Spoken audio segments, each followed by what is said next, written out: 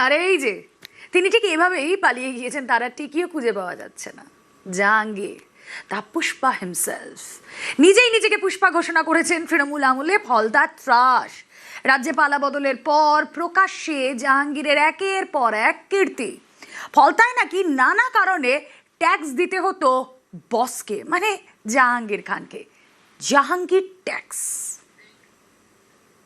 আমরাও পুষ্পা ঝুঁকে দাঁড়িয়ে, কারণ আমরা অভিষেকই সৈনিক, মমতা ব্যানার্জি সৈনিক। জাহাঙ্গীর খান তৃণমূল আমলে ফলতার ত্রাস, স্বঘোষিত পুষ্পা। তার ভয়ে নাকি ডায়মন্ড হারবার এলাকায় বাঘে গরুতে এক ঘাটে জল খেত। সদ্য ফলতার ভোটে ভরাডুবি হয়েছে তৃণমূলের, জামানত জব্দ হয়েছে জাহাঙ্গীর খানের। এবার প্রকাশ্যে তার একের পর এক কীর্তি। প্রতি বছর আমাদের ট্যাক্স দিতে হতো জাহাঙ্গীরকে, জাহাঙ্গীরের চেলারা এসে নিয়ে যেত প্রতি বছর। দেশে ট্যাক্স বা কর নেওয়ার অধিকার আছে একমাত্র সরকারের। তৃণমূল আমলে বাংলায় কর নিত সরকার, আর ফলতায় জাহাঙ্গীর সরকার। সম্পত্তি কেনা বেচা হোক বা বাড়ি তৈরি, যাই করুন না কেন ট্যাক্স দিতে হবে জাহাঙ্গীর খানকে। ফলতায় সেটাই ছিল দস্তুর। টাকা দিয়েছি তো কতবার। কেন, মানে কি করতে গিয়েছিলেন? আমি বিল্ডিং করতে গিয়েছিল, আমার টাকা নিয়েছে। কারা এসে টাকাটা চেয়েছিল? জাহাঙ্গীরের চেলা চামুন্ডারা এসে। এছাড়া আর কখনো টাকা নিয়েছে আপনার থেকে? হ্যাঁ, প্রতি বছর আমার নিয়মিতভাবে জাহাঙ্গীরের লোক এসে বিভিন্ন এতে টাকা নিয়ে যেত, বিভিন্ন বাড়ি করতেও টাকা দিত। হ্যাঁ হ্যাঁ।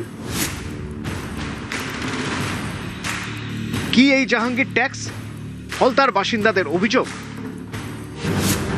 ফলতায় কোনো জমি কেনা বেচা হলে সেই খবর পৌঁছে যেত জাহাঙ্গীর খানের কাছে।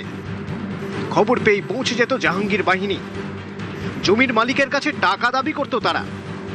অভিযোগ, জাহাঙ্গীরকে ট্যাক্স না দিলে বন্ধ হয়ে যেত জমি কেনা বেচার কাজ। অভিযোগ, এই করের কারবার দেখভালের দায়িত্ব ছিল জাহাঙ্গীরের বউয়ের উপর। জায়গা কিনে কিছু টাকা অ্যাডভান্স করে আমার নামে রেখে দিই। রাখার পরে ওরা যখন খবর পায় যে আমি ওই জায়গা কিনছি, তখন আমাকে প্রেসারও করে এবং বাড়িতে ওনার মিসেস নিয়ে যায়। একদিন থ্রেটও করেছিল। জাহাঙ্গীর ট্যাক্সটা হচ্ছে ওর মিসেসকে দিয়ে করাতো। ওর মিসেস যেটা বলবে সেটাই হচ্ছে ওর শেষ কথা ছিল।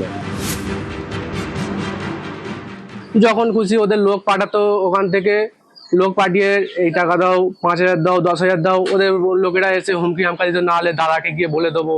হুমকিগুলো দিত অ্যাকচুয়ালি ওনার বউ, মানে জাহাঙ্গীর খান আসতো না, আমাদের জায়গা ছিল। আপনারা বিক্রি করেছেন? আমরা বিক্রি করে, মানে বিক্রি করিনি, আমরা জোর জবরদস্তি চাপে পড়ে আমাদের বিক্রি করতে হয়েছে। বিক্রি করতে হচ্ছে জাহাঙ্গীর খানের কাছে। এর আগে হচ্ছে মহিনুদ্দিন খান।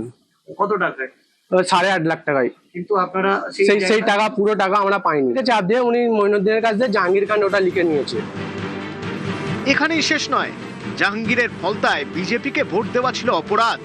ধরা পড়লে দিতে হতো জরিমানা। 2024 লোকসভা ইলেকশনে আমি বিজেপিকে ভোট দিয়েছিলাম। ওরা সেটা ওপরে সিসিটিভি ক্যামেরা ফিট করে রেখেছিল। সিসিটিভি ক্যামেরায় আমি কিসে ভোট দিচ্ছি আমি অস্বীকার করেছিলাম, না বিজেপিকে ভোট দিইনি।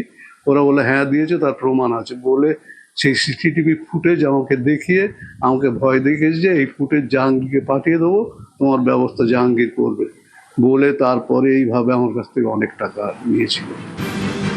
4 মে রাজ্যে পালা বদল হতেই ভরসা ইন, পুষ্পা আউট। ফলতার পুনর্নির্বাচনের আগেই বগার পার পুষ্পা। ফল ঘোষণার পর দেখা গেল ফলতায় লাস্ট বয়ের তৃণমূল। জামানত বাজেয়াপ্ত হয়েছে জাহাঙ্গীর খানের। এবার প্রকাশ্যে জাহাঙ্গীরের কুকীর্তিনামা। দক্ষিণ 24 পরগনা থেকে আনিসুদ্দিন মোল্লা, নিউজ 18 বাংলা।